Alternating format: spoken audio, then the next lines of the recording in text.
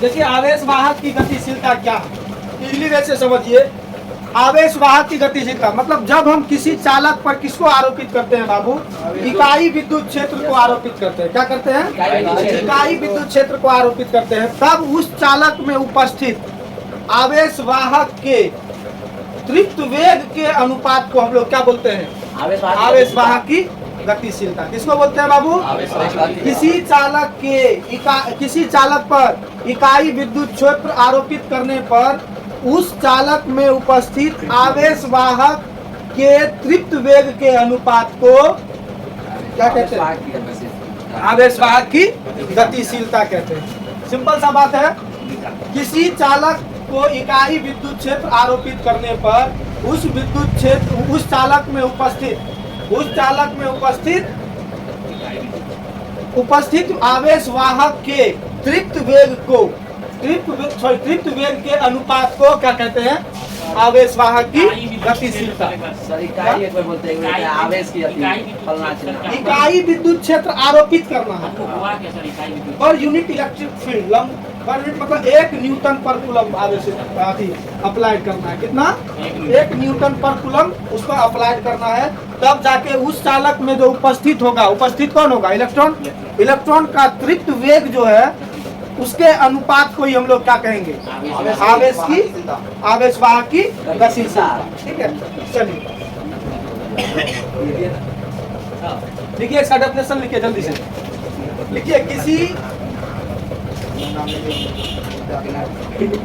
चालक के प्रति इकाई आरोपित विद्युत क्षेत्र के कारण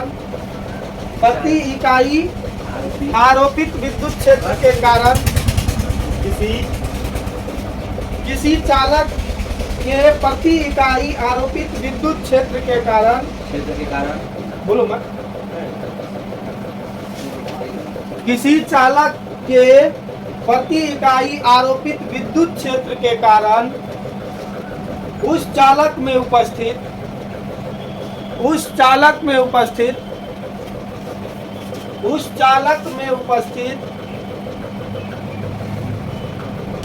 आवेश वाहक की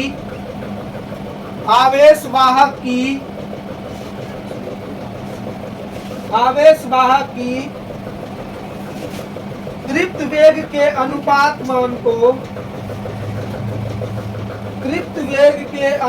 मान को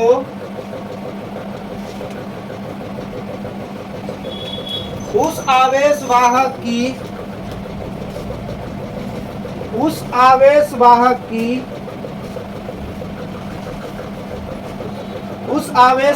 की गतिशीलता कहते हैं।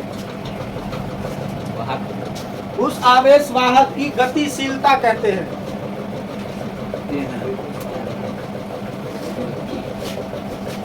लिखिए, आवेश वाहक की गतिशीलता कहते हैं। यहाँ देखिए, हम इसका इक्वेशन अब थोड़ा सा देख लेते हैं। यदि Vd बराबर क्या है बबुआ? तृप्त वेग है।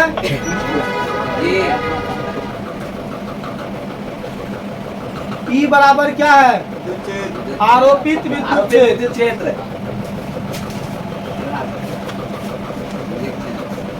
आरोपित विद्युत क्षेत्र। तब मोबिलिटी को डिनोटेट करते हैं बाबू म्यू से। किसे? म्यू से। तो ये क्या होगा? आवेश वाहक की गतिशीलता। तब देखिए, तब म्यू बराबर क्या फॉर्मूला होगा? किसका अनुपात होता है? ड्रिफ्ट वेलोसिटी का और इलेक्ट्रिक फील्ड का। तो यहाँ म्यू बराबर ड्रिफ्ट वेलोसिटी का क्या फॉर्मूला होता है? E/T/m बटा यही होता है ड्रिफ्ट वेलोसिटी का फॉर्मूला। तो E कट गया तो म्यू बराबर क्या फॉर्मूला आ गया? E/T/m। यहाँ देखिए, म्यू जो है गतिशीलता जो है वो किसका प्रोपोर्शनल है? यूनिवर्सली प्रोपोर्शनल है म्यू का। किसका यूनिवर्सली प्रोपोर्शनल है? मास का। किसका? मास का। मतलब जिसका द्रव्यमान बड़ा होगा उसकी गतिशीलता कम होगी और जिसका द्रव्यमान छोटा होगा उसकी गतिशीलता ज्यादा होगी। लिखिए जल्दी से। करंट और current density and drift velocity.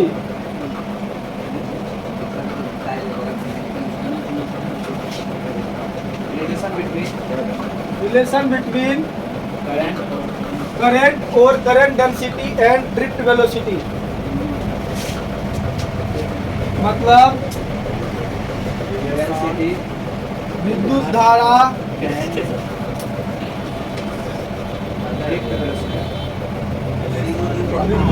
या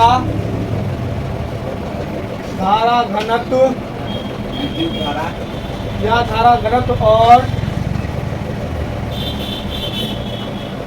ड्रिफ्ट वेग के बीच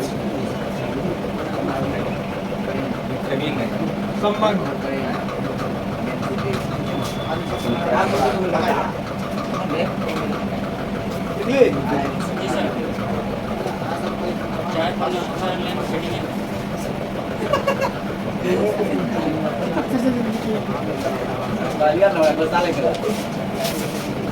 यहाँ देखिए, धारा घनत्व, विद्युत धारा या धारा घनत्व और ड्रिफ्ट वेग के बीच संबंध। मतलब अब जो है विद्युत धारा का फॉर्मूला निकालना है किसके टर्म में, ड्रिफ्ट वेलोसिटी के टर्म में। तो यहीं से उसका करंट का फुल्ली मैग्नीट्यूड निकल आता है, करंट का परिमाण कितना निकल के आएगा। देखिए मान लीजिए यह कोई कंडक्टर है ना, यह क्या है, कोई कंडक्टर है, यह कोई क्या है, कंडक्टर है, और यह इसका क्या है, क्रॉस सेक्शन एरिया कितना है बाबू, यही है ना।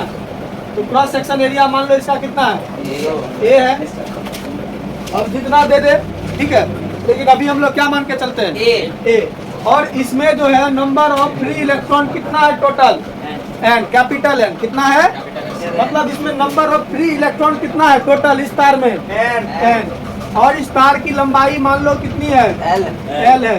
और इसमें इस तार से धारा प्रवाहित करने में कितना समय लगता है, टी। तो अब यहाँ देखिए प्रति इकाई आयतन में इसका कितना होगा, इसका प्रति इकाई आयतन में एल होगा। प्रति इकाई आयतन में आवेश की मात्रा स्मॉल एन, क्या होगा, स्मॉल एन। कैपिटल एन कितना है, पूरा में है नंबर ऑफ इलेक्ट्रॉन। अब इसके प्रति इकाई आयतन में इलेक्ट्रॉन की मात्रा कितनी है, स्मॉल एन, क्योंकि ये इसी का पार्ट है ना, इसी में से निकाले। तो प्रति इकाई क्या हंस रहा है,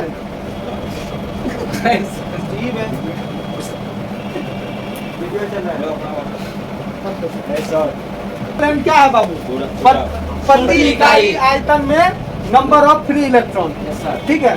तो यहाँ पर देखिए आपको एक छोटा सा पार्ट समझना होगा। हम जो बता रहे हैं आयतन कैसे निकालते हैं, किसी भी चीज का आयतन के लिए कितनी भुजा की जरूरत होती है, 3 भुजा, लंबाई चौड़ाई ऊंचाई, 3 भुजा का। तो इसमें आय और क्षेत्रफल निकालने में आयतन बराबर हम लिख सकते हैं क्षेत्रफल गुना लंबाई ऊंचाई, लिख सकते हैं ना। तो क्षेत्रफल इसका कितना है तार का, ए, और ऊंचाई कितना है इसका, एल। एल कहाँ से, चालक की लंबाई कितनी है, तो वही ना ऊंचाई हो गया। तो क्या हो गया, V बराबर क्या हो गया, एल। मतलब इसका आयतन क्या हो गया, पूरा का आयतन क्या हो गया, V बराबर A इंटू एल। तो हम लोग यहाँ से इसका इक्वेशन अब हम जानेंगे क्या होता है इसका इक्वेशन। देखिए यार, यदि A बराबर क्या है, अनुप्रस्थ क्षेत्रफल, और क्या है, L बराबर क्या है, चालक की,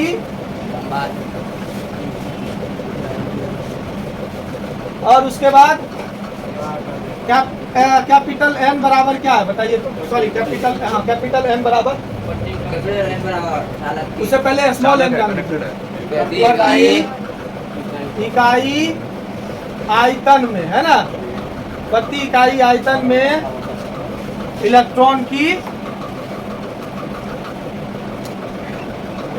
की संख्या। तो प्रति इकाई आयतन इलेक्ट्रॉन की संख्या कितना होगा, इसमें टोटल नंबर ऑफ इलेक्ट्रॉन कितना है, कैपिटल एन बटा क्या होगा, आयतन उसका क्या है, ए इंटू एल। आयतन यही होगा रे, ए इंटू एल। तो यहाँ से मेरा एन निकलेगा, कैपिटल एन बराबर क्या होगा, कैपिटल एन बराबर ये इसके साथ क्या चीज में, ए एल, क्या चीज में होगा, गुना में, एन ए एल। इसको हम लोग क्या बोलेंगे, चालक में उपस्थित इलेक्ट्रॉन की संख्या। चालक में इलेक्ट्रॉन की संख्या उपस्थित इलेक्ट्रॉन की, देखिए तब वी नो दैट हम लोग क्या जानते हैं बबुआ, हम लोग क्या जानते हैं, हम लोग को कुछ पता है नहीं पता है। तो आई बराबर क्या होता है फॉर्मूला, क्यू बाय टी होता है रे। आई बराबर विद्युत धारा बराबर होता है ना आई बाय टी। और हम लोगों के पास एक फॉर्मूला है क्यू बराबर एन ई है, आवेश का क्वांटीकरण से क्यू बराबर एन ई। तो यहाँ पर कौन सा एन देंगे, तो कैपिटल एन देंगे। तो उसमें टोटल नंबर ऑफ इलेक्ट्रॉन कितना है एन, और उस पर जो इलेक्ट्रॉन का आवेश होगा वही क्या कहलाएगा, इस पर टोटल आवेश कहलाएगा। तो यहाँ पर क्यू बराबर क्या होगा एन ई बटा टी। यहाँ देखिए एन के जगह एन का क्या वैल्यू है, एन ए एल ई बटा टी। तो हम इसको क्या लिख सकते हैं, आई बराबर एन ई ए और एल अपॉन टी लिख सकते हैं ऐसा। इसको इक्वेशन क्या करो 1।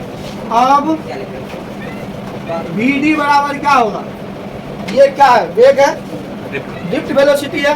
वेग बराबर क्या होता है कुल दूरी बटा तय करने में लगा कुल समय। तो कुल दूरी कितना है इसका टोटल, एल है, चालक तार की लंबाई है एल। तो कुल दूरी इसका कितना होगा इलेक्ट्रॉन को प्रवाह करने में एल दूरी तय करना पड़ेगा। और कितना समय लगा, टी समय लगा। तो मतलब वी डी बराबर क्या होगा, चालक तार की